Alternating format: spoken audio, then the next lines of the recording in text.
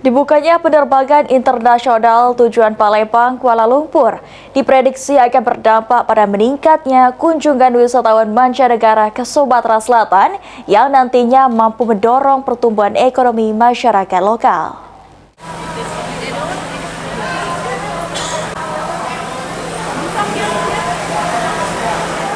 Dengan dibukanya jalur penerbangan internasional dari Bandara Sultan Mahmud Badarudin II Palembang tujuan Kuala Lumpur, diprediksi akan meningkatkan kunjungan wisatawan mancanegara ke Sumatera Selatan.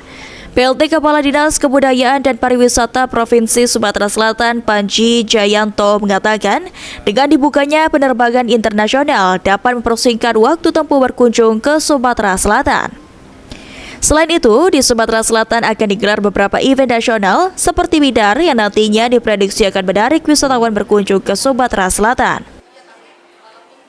Jadi dengan dibukanya menjadi badan usaha, insya Allah wisatawan dari luar maupun bisa langsung ke Palembang ini akan memperpendek jarak dan mempermurah biaya. Kalau untuk antusias masyarakat sendiri Pak dengan dibukanya internasional ini seperti apa? Masyarakat sangat antusias karena kemarin penerbangan pertama full ya, 184 yang dari Malaysia ke Indonesia dan dari Palembang ke Malaysia itu 184 full. Jadi mudah-mudahan, tapi kita berharap ini menjadi sesuatu yang konsisten ya. Dengan masuknya wisatawan mancanegara di Sumatera Selatan, diharapkan nantinya mampu mendorong pertumbuhan ekonomi masyarakat lokal yang ada di Sumatera Selatan. Eki Saputra, PAL TV.